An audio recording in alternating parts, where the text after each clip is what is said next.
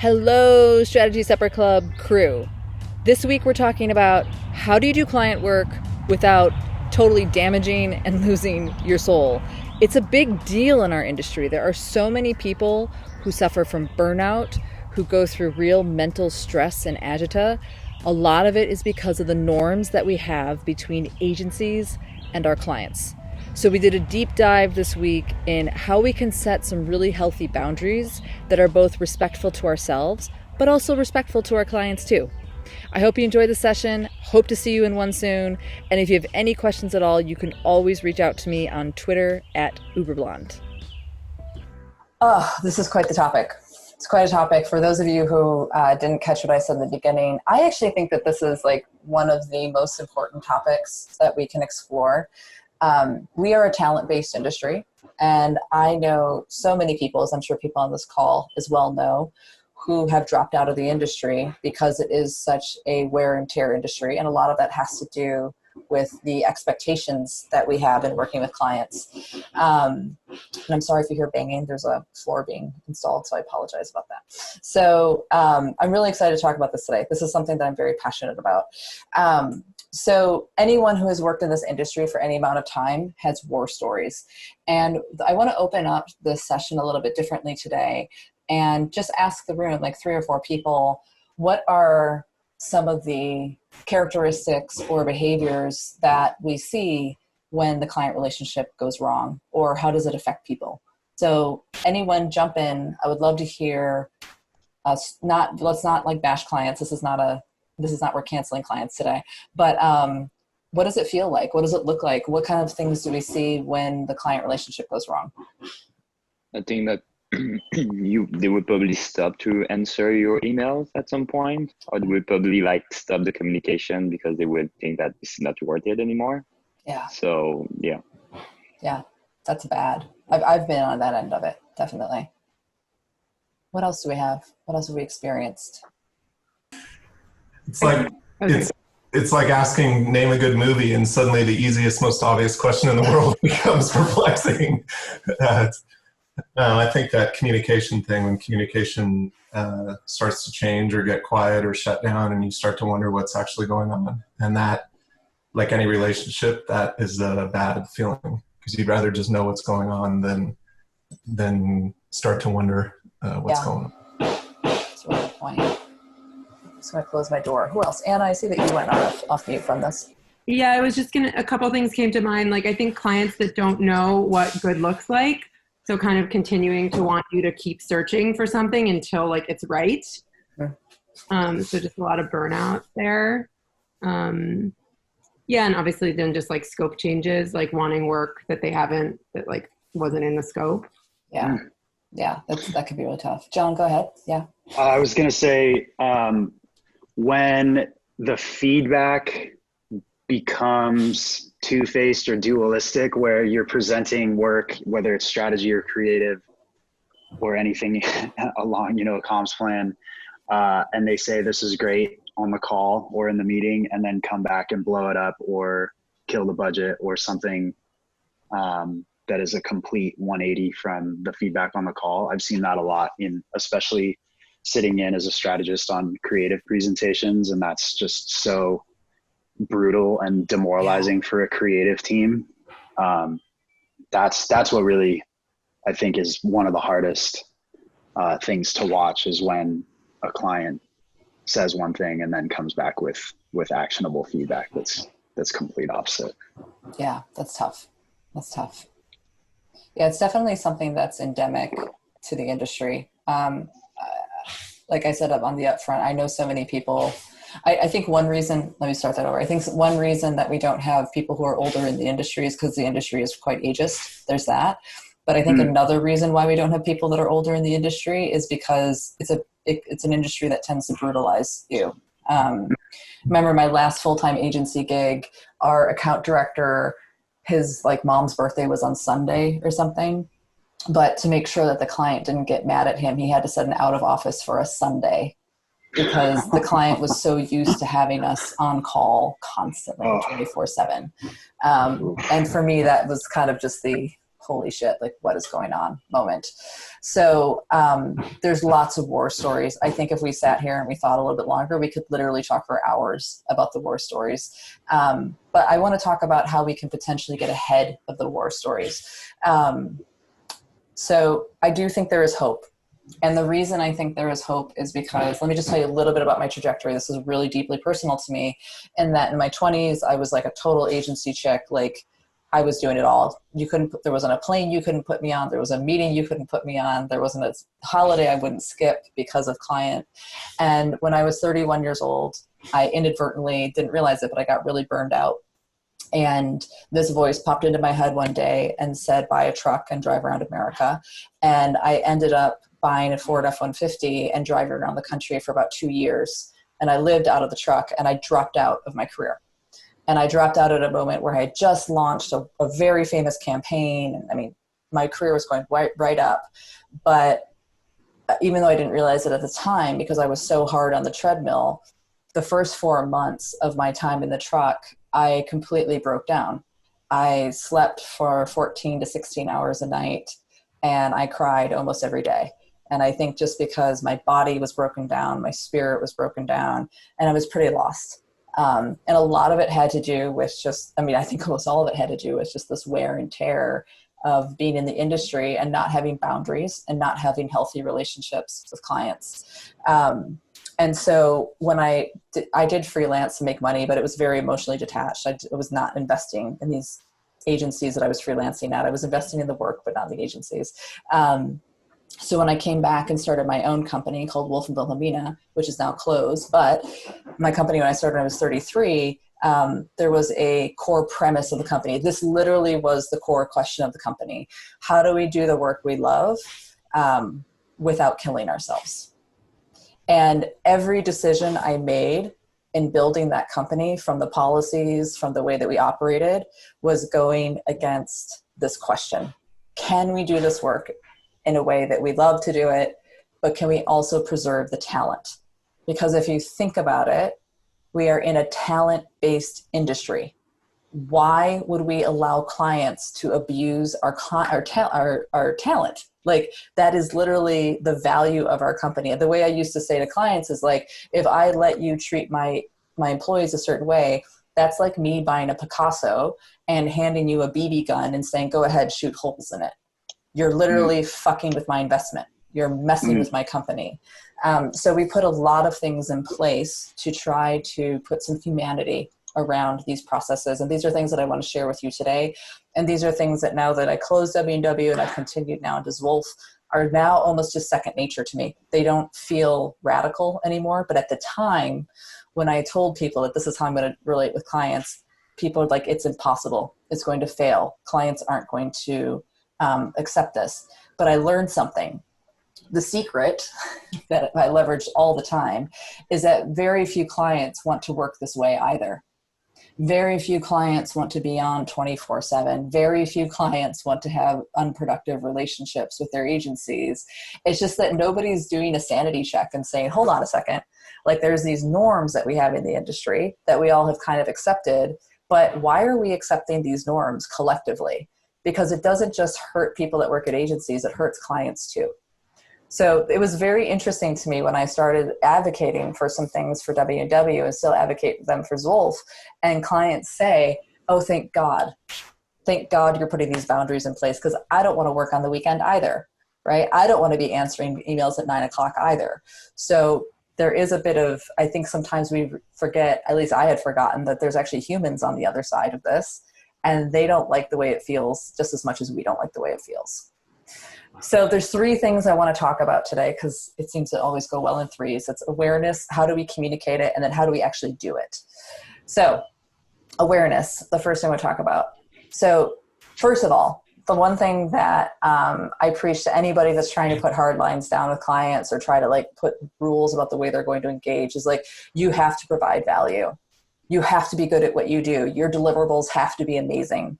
And if you provide the value and your deliverables are amazing and you're really being a good client partner, you get tremendous power in that relationship. When I first started working in the industry, I started as a creative, and the creative department that I first started in was kind of old school.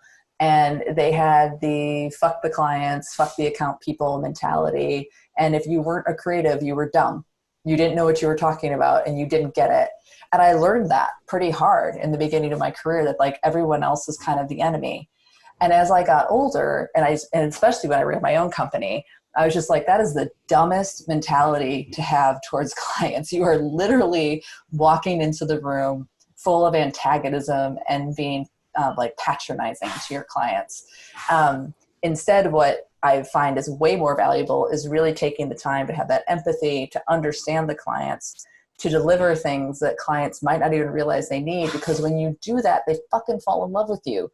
And that gives you so much power to be able to say, I don't work on weekends. They're like, fine, as long as you keep delivering that way, I don't care when you work. And that's what I've heard from a lot of clients. So the thing I always say to people on this is like, putting boundaries around yourself is not an excuse to slack on the deliverable. It's creating the conditions where you can thrive. And so something that I've asked myself, and I ask other people when they're thinking about how to work with clients, is to think through that value exchange and really think through, one, what are you great at? Like, what are you going to provide that amazing value with? But also, when you're working with clients, being really clear about what information do you need to succeed, what processes, what kind of feedback work best, what times do you work best, and basically, what do you need to sustain your brilliance? We want to have sustainable careers. We want careers that can last for years and years and years. So what are the parameters that you need to have in place when you're working with somebody else that helps them be a better partner to you and help you sustain what you're really great at? But there's also a flip side of that. And to what I was talking about a moment ago, I think we often forget about that. In asking for a different type of working relationship with clients, it takes a lot of empathy for what the clients are going through, because then they're going to be more willing to work in ways that work for both of you. So always understanding and being empathetic to what pressure is the client under, right? They have a boss. Their boss has a boss probably, or the market is their boss, and they're under incredible pressure to get it right. And understanding that, like, when you get hired, it's not just for shits and giggles. It's not just so you can win it's because they need help. And being really empathetic to the help that clients need. What kind of partner do they need? What kind of materials, what kind of processes will make them shine? And ultimately, like, what do they need to feel supported?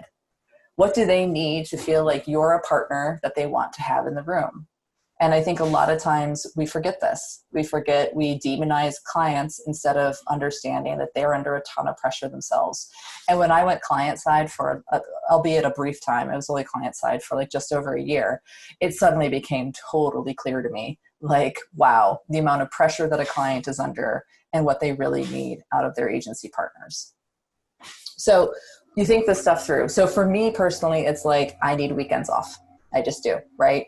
And I'm a morning worker, so please don't ping me after 7 o'clock, because I just don't work as well after 7 o'clock, and it starts to wear me down if I keep working after 7 o'clock. So like, when I think about my own awareness, how do I sustain? These are some basic like functional rules that I put in place for myself. So how do we communicate this stuff? So the mega rule in this whole thing, whenever you're dealing with clients, is no surprises. You can't pull it on a client. Oh, by the way, like, I know we signed the scope and I know like we have all the stuff planned, but I don't work on weekends. Because the norm is that we're available on weekends. The norm is that we're available 24/7. So if you are going to break that norm, make sure that that is not a surprise to your clients. But the second rule on this, which I think is also important, is no fear. So when I first started pitching for W&W and we started putting down like these ways of working, no emails after 7 o'clock, no weekend work. When someone goes on vacation, they are on vacation. They are on blackout vacation. You cannot connect with the W&W employee when they're on vacation. I had to be brave in communicating those things. I had to put myself out there and I had to be consistent in that. And sometimes it was really scary, but that was before I realized that clients don't want to work that way either.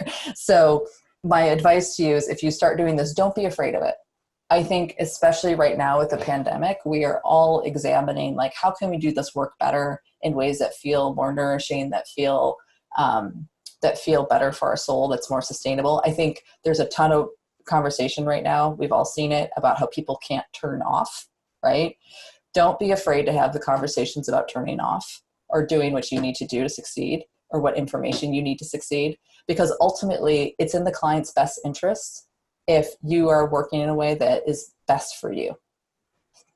So here's the thing that's really important with this communication aspect.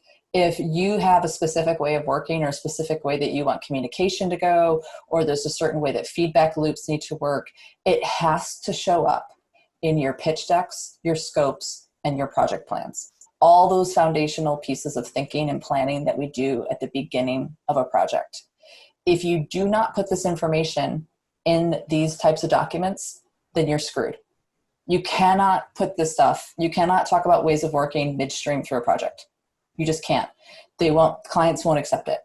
So something that I have in my scopes is that I'm not expected to answer emails after 7 o'clock Eastern. It is in my scope, that in every scope that I put out to clients. I have scopes out to client, every single scope I have to client, there's a line that I don't work on weekends. And it's in my pitch deck. In my pitch decks or in my proposals, I always have a section that's about ways of working. And so if a client feels like that's an issue, which they almost never do, we can talk about it. And we can have a conversation about it at that time and see why that might be an issue for them and how we can work together so that it's not an issue. But there's no way that I can spring that on a client a couple of weeks after the project started. Heidi, yeah. Sorry, that's just such a fantastic, that whole concept of putting it in the upfront, in your pitch, in your scopes. Do you have any examples that you wouldn't mind sharing of how you've done that tactfully and you know, sort of professionally and responsibly? Just because I just love that, being super clear and upfront in the beginning, and how you actually executed that would be really, really helpful if you're willing to share. Yeah, I mean, it's kind of having the conversation I'm having with you guys right now. It's saying like, look, like I have like the verbiage on the slide or the verbiage in the scope is like, I want to deliver something that's amazing for you, right? Right. I have a brain that needs to be taken care of, right? Right. And so for me to be able to sustain myself over this project, these are some rules that I have in play, right? And then I just list them out in the scope. This is how it works. Yeah, I love that. I want to create something amazing for you, and here's how I create amazing things. This is what's important to me. Yeah. Okay, awesome. Thank you. Sorry to interrupt. No, feel free. I get tired of my own voice. It's happy to hear someone else's voice. Okay. So another thing that I do is that I limit scopes until I know the impact of a client will have on my life. So for example, plenty of times in W&W's history, clients will come in and say, here's a shit ton of money and we want to lock you in for the next year to do this work with us. And I would say, I'm so flattered that you want to do that. Why don't we do a scope that is 4 weeks long or 6 weeks long first to make sure that we are good partners for each other before we lock into the year-long scope. Now, most accountants and CFOs would say, and new business people will say, you're fucking crazy to turn down locked in revenue like that. But I would, to my earlier point, I would much rather protect my Picassos than lock my people or myself into a toxic relationship that we're all going to like resent 3 months in. So I love doing the little scope first and then saying, if that goes great, then we'll do the big scope. And a lot of times clients then will be like, oh shit, they're serious about this and I got to be on my best behavior with this agency or else they're going to fire us after 6 weeks. So limiting scopes is a nice tool to have in your arsenal. Okay, so how do you actually do this? How do you do this communication? How do you actually work this in your own systems? AKA the hard part. How do you stick to it? So for me, like we've nodded to this before, it came up in the opening, it's all about communication. So these are 5 different things that I do. And I'm going to walk through each of these because these have been so valuable for me to get the communication flowing, especially in the beginning of a project. It's all about the beginning of the project. It really is. Like 90% of this stuff gets solved in the first couple of weeks. So first one is a day one. So I've worked with a lot of startup clients, a lot of clients or a lot of nonprofits who aren't used to working with like private sector brand strategy.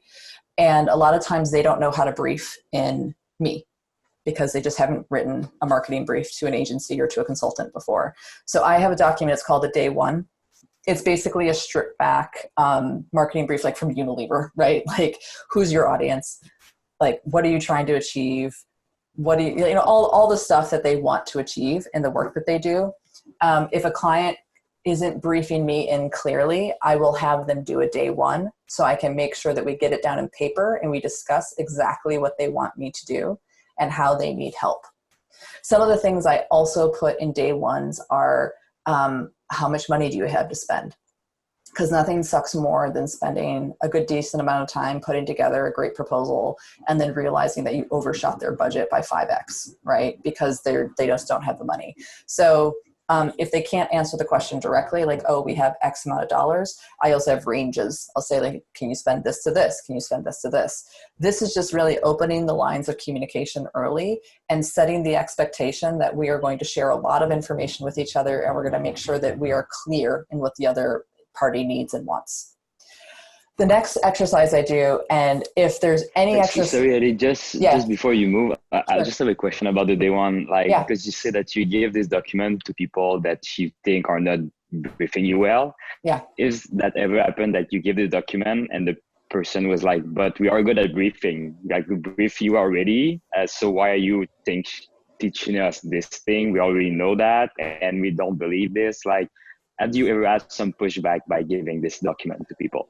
Well, I don't give it to people and say you're bad at briefing when I give it to them, right? I give it to people and I'm like, hey, like, these are questions that I just want to make sure that we're all on the same page. And it's a really good exercise for us to write them out.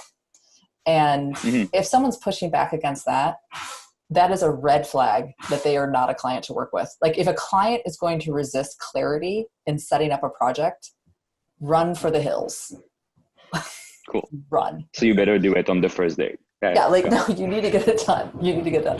And it's not even day one of the project. It's day one of us interacting, right? Like, this is before scope is signed. This is before project proposal is done.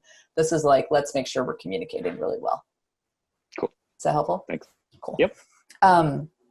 If there's any exercise that you take out of these 5, it's this next one, a pre-mortem. So I always do a kickoff with my clients. And when I do the kickoff with the clients, we go over the proposal and make sure we all understand, like, what's going to happen, when it's going to be delivered. I always put together really tight project plans, like flows of, like, this week we're doing this, we're going to deliver on this day. We'll even set the meetings, like, on Friday at 2:00 in 4 weeks. I'm going to deliver the final to you. Like, I like having that level of specificity in my project plans. And then what I do in kickoff meeting, which may seem counterintuitive, is that I do a pre-mortem.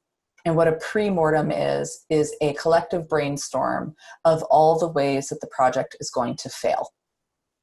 And the way I conduct this is I ask everybody to have a pad of Post-it notes and a Sharpie, and on each Post-it note, have them write a reason why it's going to fail.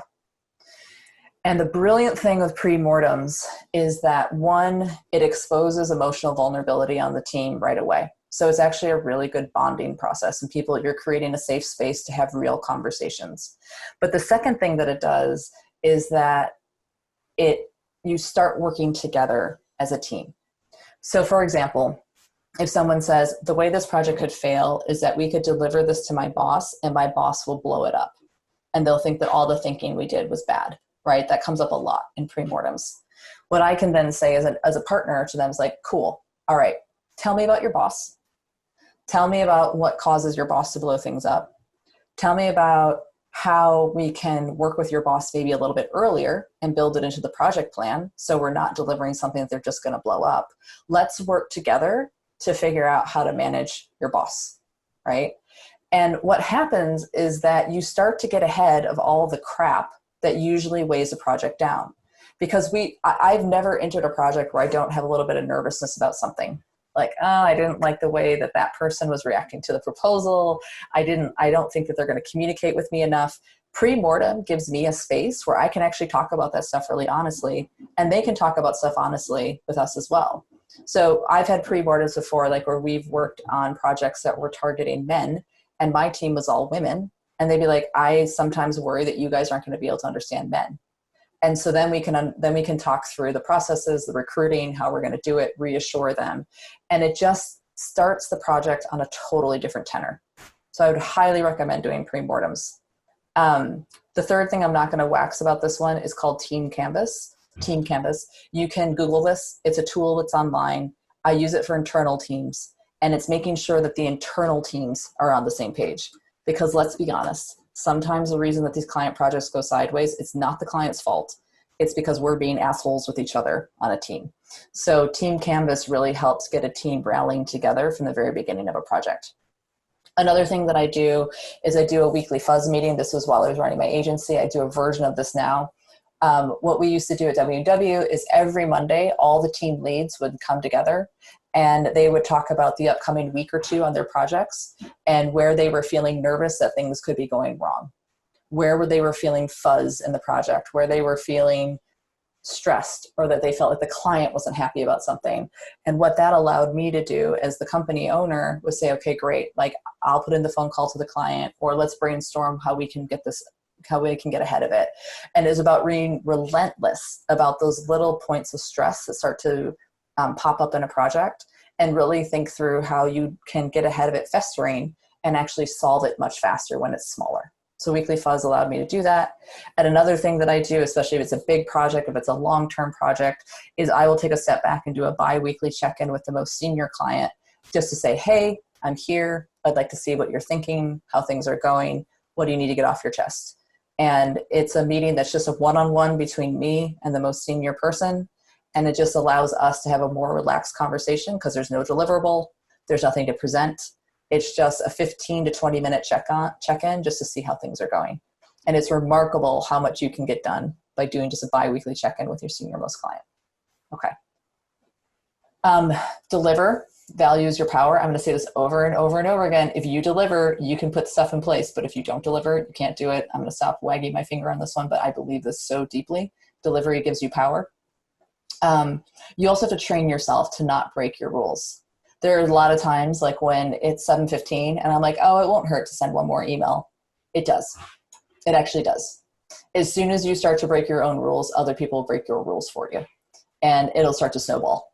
And they'll point to you and they'll say, but you emailed us at 7:30. Like, why can't I email you back? Don't break your own rules. A brilliant tool that I put in place, it's not even brilliant, it's just like was so helpful with this, was Boomerang for Gmail. So if I was like wanting to catch up on emails, I would just put on Boomerang and I would program those suckers to send the next morning. So I felt like I could get the emails off my chest, but I wasn't breaking my rules for people. So little tools like that are super helpful. And speak up. So if a client is creeping on the rules, you have to talk to them about this. And this is going back to that idea of like not having fear. The client, you talked about this in the scoping process, right? You talked about this in the proposal. You talked about this in the scope. You talked about this in the project plan. If a client is continuing to creep on your boundaries where you explicitly asked them not to, and they signed a legal document saying that they wouldn't, talk to them about it.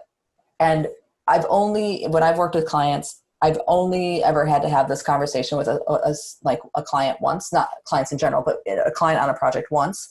Because once you have the conversation with them, like, no, I was serious, they're like, oh shit, like they're really serious about this. Because it's one thing, like agencies will say stuff like this all the time, like we're all about work-life balance, blah, blah, blah. But at the end of the day, they're not. When you call a client out on it, you're like, no, really, we were serious about that.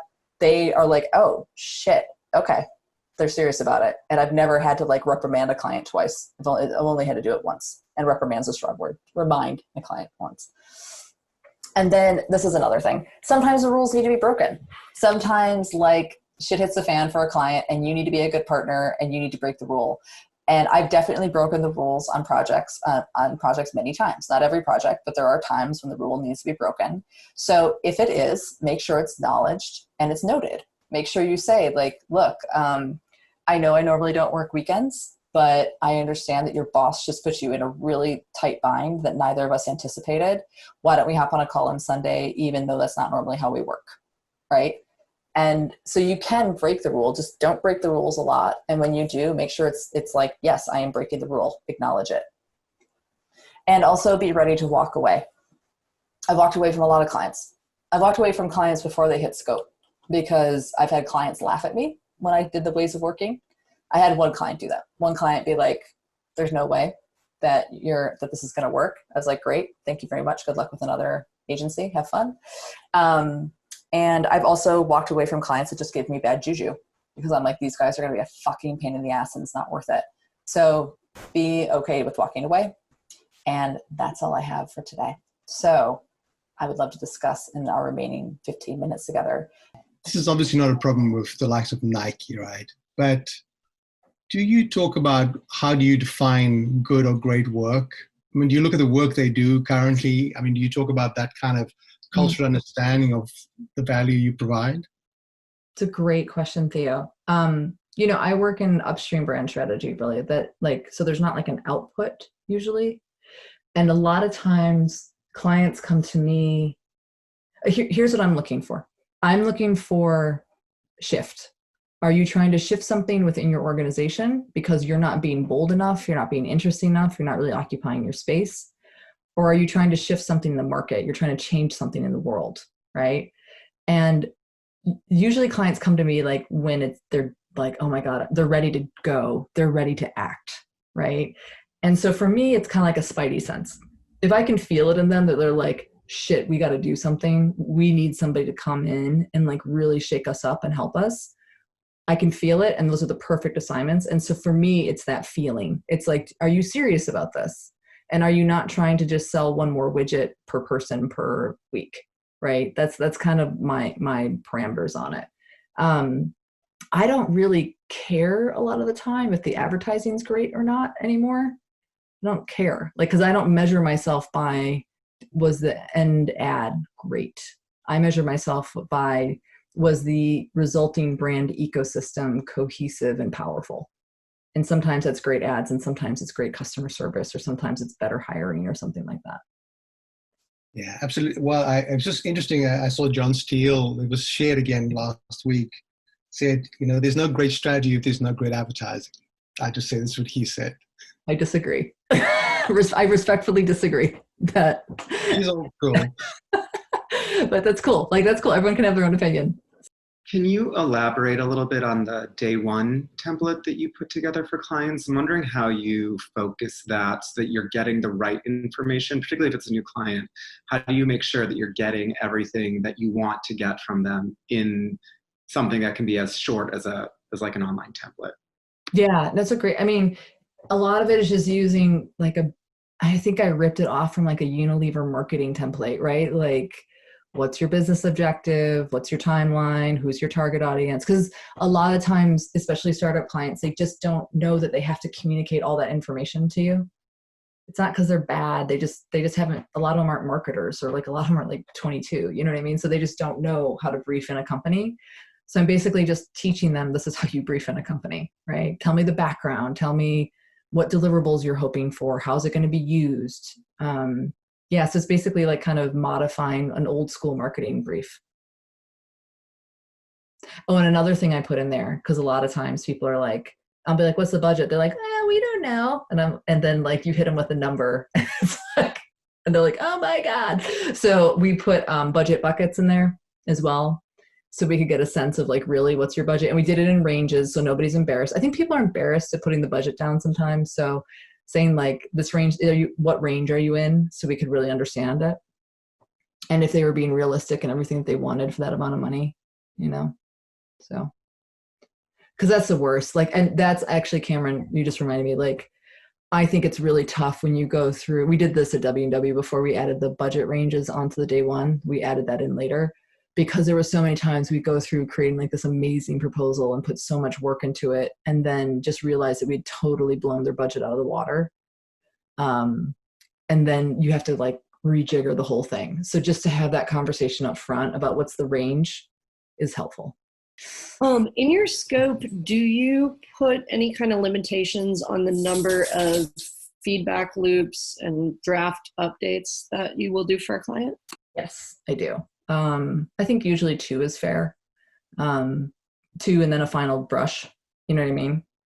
And if it's not working there's also like cancellation clauses and scopes as well. So, I don't want clients to feel like they're locked into a corner, but I want them to feel like they need to like show up and be a part of me being successful. And when you're in endless feedback loops, it's usually because the client's being lazy or they don't have a motivation to get it done. So I find this with clients that like don't have to really make money.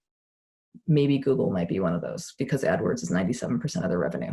So, but like, God bless Google. I've had a lot of great experiences with Google, but I've only worked with them when I worked for other agencies. I never worked for them directly in my own work. And because they never really had to ship a product because they make so much fucking money off of AdWords. So there was no real commercial urgency around anything else that they did, right? You find this in philanthropies too, because philanthropies don't have to make money. There's not the urgency to get something out the door. And so they can fiddle like motherfuckers forever, right? So I usually like working with clients that are like, we need to figure this out or else we're screwed. And that really keeps them motivated to like keep the feedback loops like helpful and partner with you to get the answer there. Does that make sense? Awesome. Yeah, thank you. Yeah, beware of the client that like has limitless funding or like no urgency, like no like daddy, like if daddy's funding them or like if it's their like play project, you're gonna be in fucking endless, it's gonna go on forever. I don't know if this is more the case in non-for-profit, but they probably assume that everybody has like a say on the decision. And sometimes when you read the feedbacks, you can see the different voices inside the feedbacks. So how can you manage that people are like making decision and quick enough so that we can actually move and have something substantial? Okay, so there's a couple ways I manage that. It's a very good question, Philippe. The first thing I do is I have project plans in place where I say, I need your feedback in 48 hours or whatever that window is, right? So so in the kickoff meeting, I have the whole project mapped from like, I'm gonna deliver this day, I'm gonna need feedback by this day. And so for us to hit this time, for us to hit this deadline, that's how it's going to work. So that's tactic one. Tactic two is that I talk to nonprofits about this. I say, I work with you guys a lot. You guys tend to have this consensus-driven culture. Good feedback does not have contradiction in it. It is your job as a client to make sure that my feedback does not have contradiction in it. And if it does have contradiction in it, it will affect the schedule. I can't deliver if I have contradictory feedback. And then the third thing that I do is that I have a clause in all of my contracts. And the clause I have is that if the project slips for more than 2 weeks based on client's inaction, client not giving clear feedback, clients not holding up their end of the bargain, I'm going to start to charge you a weekly fee for my time moving forward on top of the project scope. And so that gets them motivated that they don't want to spend more money. So they need to get their feedback clear because not having clear feedback violates that clause, and that they want to get their feedback to me in the time that we agreed upon. And I don't hide any of this. I'm very straightforward about this in the scoping and project planning process. For the pre-mortem, I was wondering if you had any suggestions for like smaller projects or stuff that might not be, a month-long project. Do you have any ideas for how to like scale the pre-mortem down a little bit? I mean, I think, a pre-mortem just by its nature can be big or small, right? Like the prompt is, how's this going to fail? You give people 3 to 5 minutes to generate ideas and you have a discussion. And I think that is as applicable, for a 2-week project as it is for a 2-month or a 2-year project, right? Yeah. So like going back to your bad client juju, what are some of your top red flags? Like a client that doesn't want to have the discussion around the ways of working. It's like, yeah. It's like, okay, cool. A client that, a red flag for me is a client that does not have to ship. So let me explain that. There are some clients out there that are either funded by parents or, for example, I've had great experiences with Google, but one of the issues you can run into with Google is that because AdWords makes up 97% of Google's revenue, they don't really have to ship anything else. You don't really have to get anything else out the door because the money's coming in somewhere else, right? Philanthropy, they normally don't have to ship anything because there's not commercial pressure on them. And so those clients tend to faff around more. They tend to do collaborative decision-making. They tend to want to see a bajillion iterations before they'll make a decision because they don't have to make a decision. So whenever I see trust funding, trust fund funding, AdWords funding, philanthropic morass, I have my spidey sense up. It's not that I don't work with those clients. I just have my spidey sense up, and I'm a little tougher on my rules with those clients. I'm curious if you've had an experience where you've worked with a client and some people on the team have broken the rules, right? And it would be one of those moments where you're going to walk away, but you actually give them a second chance.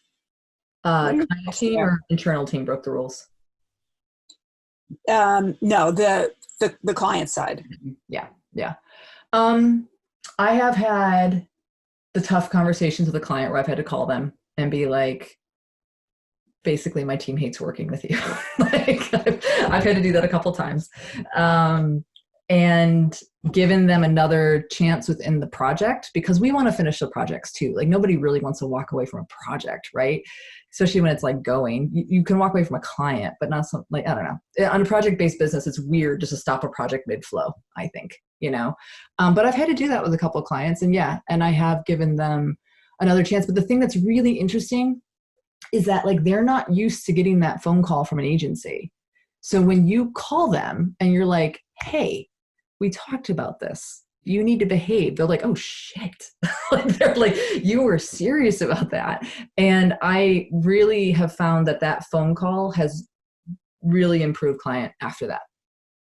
Just takes a little nudge. And just that thing where I said, don't be scared. Just being like, look, we talked about this. It really weirds them out because agencies normally don't do that. You know?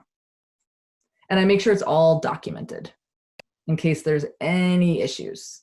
I make sure my teams like give me the emails. Let me see the emails.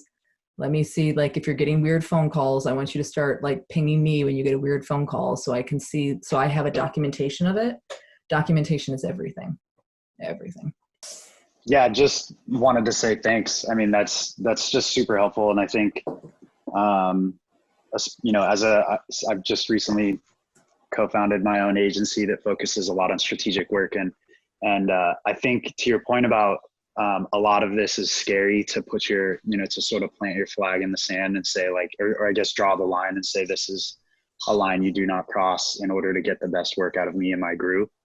And that is really scary, but it is also, I wonder if you could sort of speak to the liberation that having those rules in place gives you, A, to be able to produce the best work that you know you're capable of, and B, to know the types of clients and learn the types of clients that you know you're going to work well with. And I think that's kind of the benefit of saying, if you as a client or somebody you're pitching, you get the feeling that they're going to cross that line, then being able to walk away is probably the best thing for you. But that's scary when you're trying to get business from any and all corners. Yeah, especially in a moment like now, right, where work is pretty sparse right now. But I've said this in Strategy Supper Clubs. I apologize for those who've heard it before. But one of the best pieces of advice I ever got was, if you want to have room for the clients that are right for you, you have to make room for those. So that means saying no to the ones that you know are going to be wrong for you. Right. And, you know, that's worked a lot. But something else to think about, and I'm going to actually put a link to a deck that I gave a long time ago. One thing that has always really helped me when I've thought about this stuff is that here we go. Sorry, I'm getting distracted because I'm trying to do two things at once. I apologize. The liberation that comes from it is actually pretty incredible. Because here's the crazy ass thing about it is there is so much research in the world of academia about how to be creative. There's tons. Academia is obsessed with how creativity works. And so few of those learnings have actually translated into our industry, which is supposedly a creative industry. And it's asinine if you think about it. So everything that academia talks about is that creativity requires space. It requires boredom. It requires time away from screens. It requires environments to change. It requires nature. Like, these are all things that like are really good for creativity. Sleep sleep is great for creativity. And yet we've built an entire industry that is more obsessed with client service than it is with creativity. And therefore, I think we short something client service by giving them increasingly bad creative work. Like, we think the end all of serving clients is about being on call 24/7, when actually I think the end all of serving clients should be about delivering great fucking thinking. And so I gave this presentation about, I think like 5 years ago, May 2016, so 4 years ago, about how do you build a creative and diverse company. And what it talks about is how we did our homework about how creativity works and how do you do that. And I have to say, like, there's something really beautiful about turning off at 7 o'clock and being like, no, really, I'm done for the day. There's something amazing about, like, I can just be in my weekend. And it did help sustain me, and it helps keep your brain fresh. It's a great feeling. And it's also just a great feeling of agency that you're not a client's bitch. Oh, sorry, I just swore. There's a child there. Hi. So there. Okay, let's go somewhere else because I just swore in front of a little kid. All right. I was wondering if there are tools that you have found in the COVID era where we can't all get in a room that you've added to your process that are enabling you to do these things. Yeah, that's a good question. I mean, I've been using Google Docs as almost like a whiteboard. So as I'm like for a pre-mortem exercise, like just having people type stuff in versus having them write down Post-it notes so we can all see it. I guess he's my fiance. I hate that word, boyfriend, partner, whatever you want to call him, those stupid words. His company uses Mural a lot. I haven't tried out Mural yet, but they really enjoy it. But anywhere like where I really just like having accountability, right? Like, you're going to write it down, you're going to put it in a shared space. We're going to save that shared space. So if we ever have to go back to it, we can say, hey, wait a second, this is what we talked about before, right? So whatever tool works best for you, I think, but I usually just use Google Slides as like a scrap board. If another question I had was, I agree with that idea of delivering value. And it's when you're setting the rules at the beginning, like I'm right now working on a proposal for a client. It's all been going nicely, but I feel like, we haven't had the chance to deliver value yet. So it's starting to set rules. How do you hit the right balance between feeling like you're being a pain in the ass before you've even done anything? Yeah. But also being direct? This might come off as cocky, but like whenever I worked with a new client at WW or work with a new client now, is just being like, I've done this for a long time and I'm really good at it. And I know what I need. And I know that's like, that may sound super shitty, but it's like, it's kind of true. I've done this for a long time. I have confidence in my abilities, and I know like what it takes for this all to thrive. So this is why I'm doing this, and also doing it in service of them. I want what I delivered for you to be like fucking amazing. So this is why I'm doing this. I'm not doing this because I'm trying to be like a hard ass or anything, or it's not coming from a place of ego. It's coming from a place of just wanting us to do a kick-ass project together. This kind of works off of that. I was also really intrigued by, you bring value and you have strong deliverables, you hold power. And I haven't really thought about it in that way. And on that, I'm wondering if you've ever dealt with, or how you do deal with, any sort of client intimidation. Mm-hmm. Because you're talking to me about the quality of the intimidation. What are you talking? Can you just explain that a little bit? Maybe it's a bigger company that you haven't worked with before. It's a client of a new scope, or potentially an industry that you really want to get into. I'm not saying, I guess I'm not so much talking like bullying, intimidation, but intimidation of the project.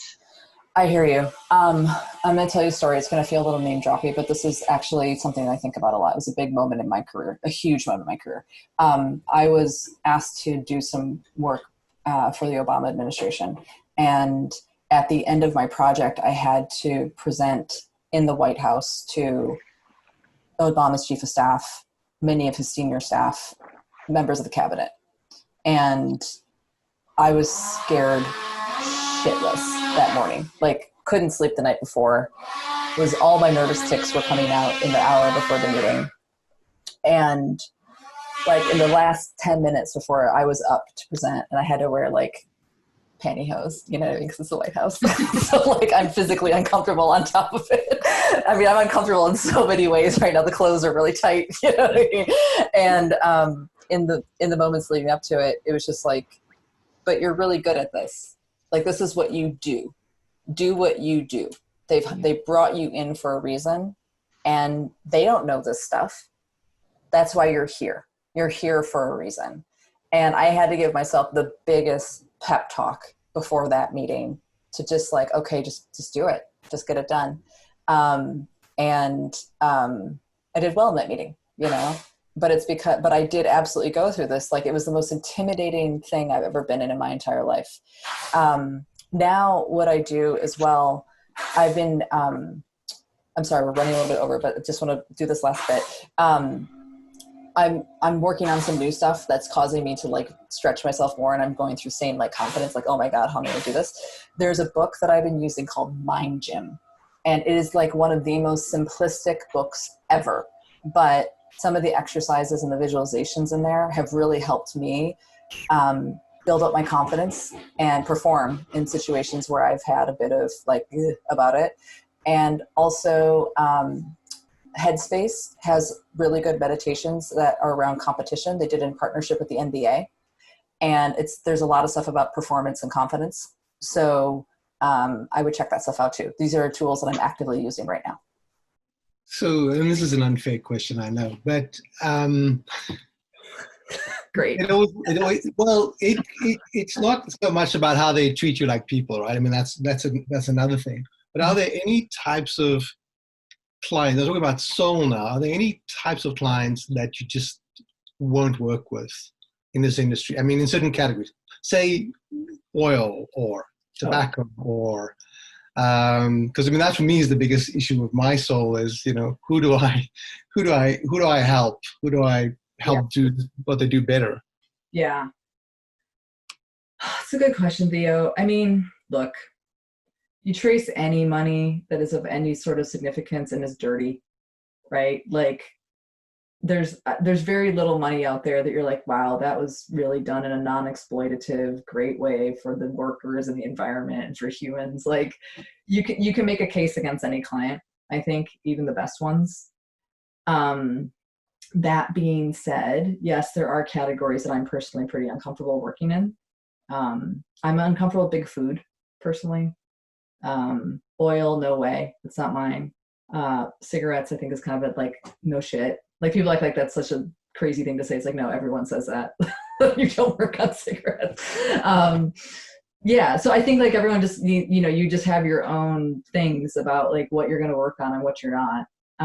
But at the end of the day, like don't get too righteous about it, because if you trace the money anytime, the money's pretty shitty no matter where it's coming from, even in philanthropy, even in nonprofit, like the people that are funding philanthropies, not great. You know what I mean? So, yeah. Yeah. I mean, that is absolutely true. But we're also in a certain moment in time. That kind of worries me, is that, if we think about a climate change environment, like you said, big food. So certain consumption, and I had this discussion with some industry leader just last week, is all consumption is equal? Is there some consumption that we should just as humans just like, okay, enough of that? Right. Yeah. I mean, look, if you're really worried about consumption, you don't work in this industry. Like, let's be really honest about it. How much shit have all of us collectively helped put into the world that has fucked up the environment and messed up people? Like, I don't mean to be like Debbie Downer on it, but how much plastic has come out of me selling shampoo, and how many women did I fuck up by working in diet foods when I was really young in my career? And how much cancer have I caused by doing Diet Coke? Like Nike, like Nike's not immune to this. Like Nike, the product cycle on Nike, how much shit they sell, how much, like, you know what I mean? Like every single client you look at is putting more junk into the world that most people actually don't need. And I'm sorry to be like crappy about this. Yes, I do think that there's better consumption than others, like Oatly, sign me up. Patagonia, any day. I'll sweep the fucking floor of Patagonia if they let me work with them. You know what I mean? Like, but Yeah, but anything is pretty damaging if you think about it. We all have houses and storage places full of shit that we're not using already. Like, do we really need more? Like, probably not. But I do think some clients are better than others. Well, yeah, I think that's an honest answer, and this is not something that is usually described in that way. I have mostly people, and I won't go into it because who says, well, I think I can influence this, and I'm like, I don't think you can. Right. I mean, Theo, I can go on a big ass rant about this. I don't want to like. I hear you. So can I. But I mean, okay, I'm gonna go on a mini rant. Like the way that I think, like when I really think about the world, I think there's three forces. I think there's government, I think there's the people, and I think there's corporations. And I used to think that I think government was supposed to be the mediating force between people and corporations, but corporations have bought government. And like, at least in the United States, let's say at least in the United States, right? Yeah. And yes, I think maybe we can tweak them a little bit here or there. And I still sometimes say, if I can take Titanic and move the Titanic 0.5 degrees this way, the trajectory is going to be a lot different. I still do think of that, but I also struggle with that as well. I think you're 100% right. Yeah, I don't know. This is the conundrum. Yeah. When I did W&W, like when I was younger in my 20s, like I used to like have like those like what am I doing with my life moments, like looking in the mirror being like, this stuff isn't good. Like we're just like taking people's insecurities and we're exploiting them and doing all this bad shit. And then when I started W&W, I was like, I'm going to start a company that helps companies be better, right? They're going to do this stuff anyway. If my company can get in there at the C-suite level and help CMOs and CEOs understand how they can be better citizens of the world, be better like in their engagement with people, that feels good. And I think that probably is the best version of it, the work that I did at W&W and the work I do as Wolf. But at the end of the day, I'm still feeding this machine that is like decimating the environment and is pretty exploitative, So these are the conversations I have with myself during the pandemic. I think one of the things that you can also consider when you are working with a company that has some sort of background that you are questioning, one thing that I've done in the past is looked at the company CSR report if they published one, or read the annual report before you start working with them, so that when you go in, you can find the things that you can imagine connecting to the strategic part of the work you're doing, and help them to highlight and to do more, like take more of their activity that they're about to do and the resources they're about to use, and aim them and push them in the direction that they're already moving in that's positive. Yeah. Whether it's about governance or social impact or climate, and see what you could create together that helps to bolster those things. It doesn't always work, but if you go in informed and having read their corporate documentation, sometimes that can help change the trajectory and help them kind of create new ideas and new approaches too. I love that. I'll say one more thing, because this is obviously something I have a lot to say about, but a lot of what I've been thinking about, Heidi, and it really resonates with me. I thought that Wolf and Wilhelmina was trying to do an amazing thing that was so necessary. But is the idea of soul for businesses. I work with an organization, a think tank in Berlin called the House of Beautiful Business. And the objective is to say, they need to put some soul back into this, because it's lacking soul. So almost everything I do at the moment is I pitch these kind of projects like Poet in Residence to P&G or whatever, because I think it's just lost its soul. I think it's lost its focus on people and a good community, and it's just gone in the wrong direction. So yeah, it's a difficult one. Good one. Has anyone else struggled with this or have thoughts around this topic?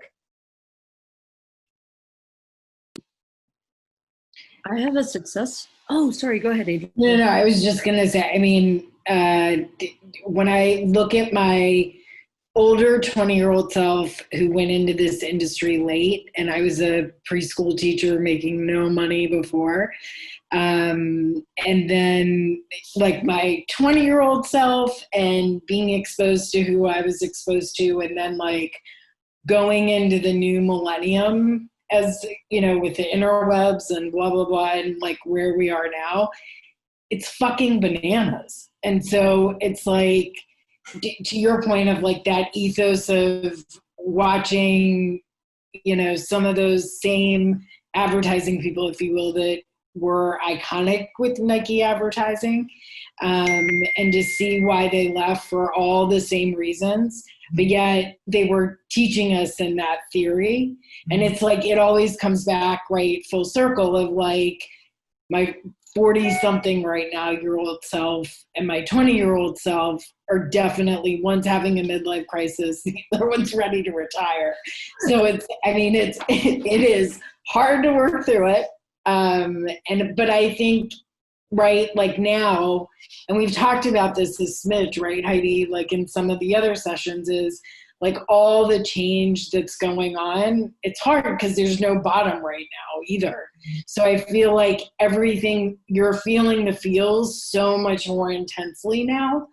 And especially like as watching from the inside out, like agency behavior right now, I don't know what survival will look like for them, because to your point, like, seems like all clients are pretty much going to be employing anybody in our industry, like internally now, versus agencies in existence, not being super doom and gloom, but like, it just feels like everything really, really, really will go in-house. Yeah.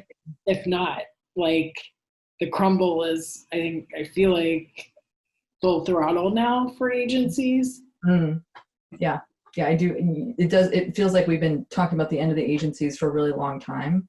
And this pandemic is just taking a major swipe at agencies, you know? So I do think it'll probably be, I don't know, these things go in cycles, right? Yeah, totally. Who knows? Katie, I think you were going to say something optimistic as opposed to us older grumbly people on the call. I would love to hear what you were going to say. Yeah, I was going to tell you about a success story and to check out United Nations Media for Social Good Summit. They host it every year. And I got to go one year because of projects like the one I'll tell you about. And it's basically people from advertising, media, of all kinds getting together and saying, all right, what have we seen in success for the past year where we've taken the work that we do and we turned it on its head and we made it social good work, even though that wasn't the initial focus of the project. So when I was working at BBH, actually with Heidi, on Sprite, I got to work on this project where they wanted to do a lot of advertising towards moms. And as evil as this truly is, it was convincing moms that Sprite is a brand that they love so that they buy it for their children. And I went home every night and like cried because I was giving children type 2 diabetes.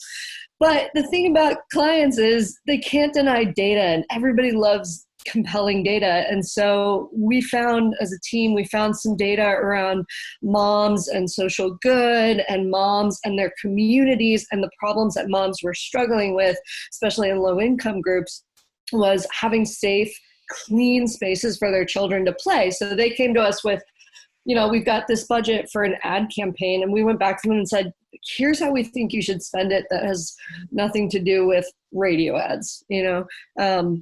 So I think there's always an opportunity to take those classic ad assignments and use data to really rally around how you can do good. Yeah, it's a really good point, Katie. Thank you for sharing a hopeful story in the midst of the terror of the Strategy Supper Club.